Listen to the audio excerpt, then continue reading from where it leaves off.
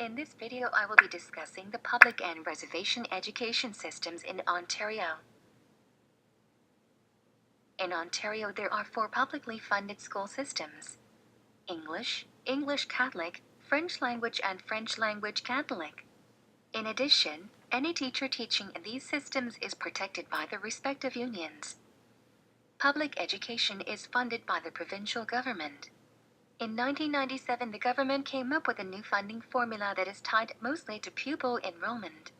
The provincial government provides funding for all resources such as pens, pencils, computers, textbooks, librarians, and school counselors.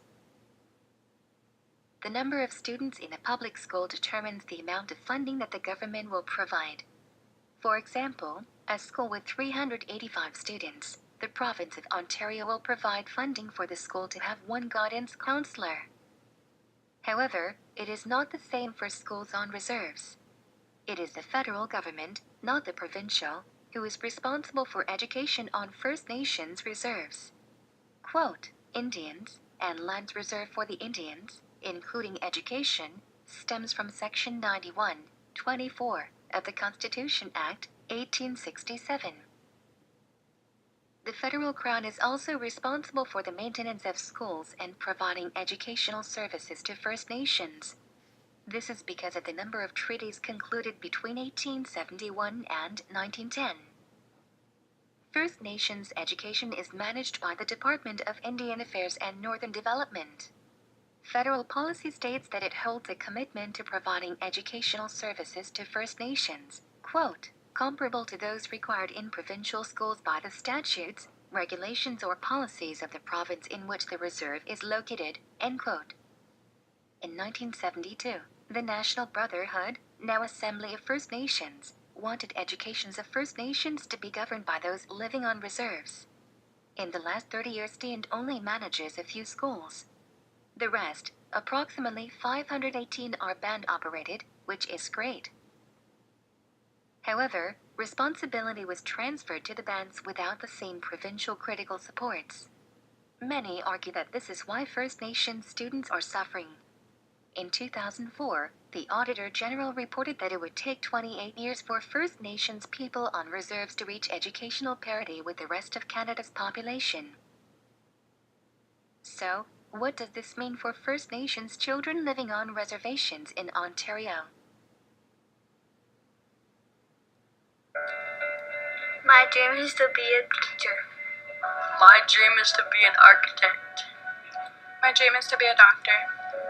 My dream is to be a video game designer. My dream is to be a teacher. My dream is to be a police officer when I grow up.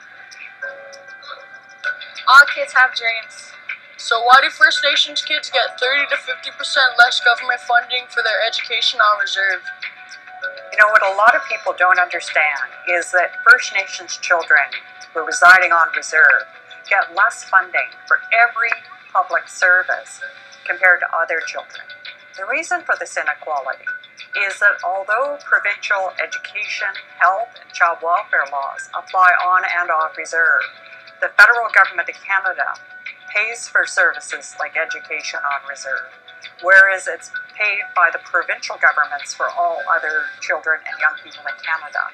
And as the Auditor General and many others have noted, in almost every area of First Nations children's experience, they get between 20 and 30% less funding than non-Aboriginal children. And this has been going on for decades.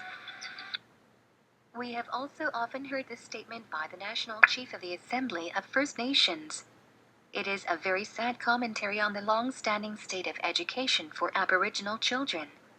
It is that more Aboriginal children are incarcerated than graduate from high school. We live in Canada, which is supposed to be a progressive country. We must do something to change the state of education that First Nations children receive on reservations. Thank you so much for watching. Let's work to make a change.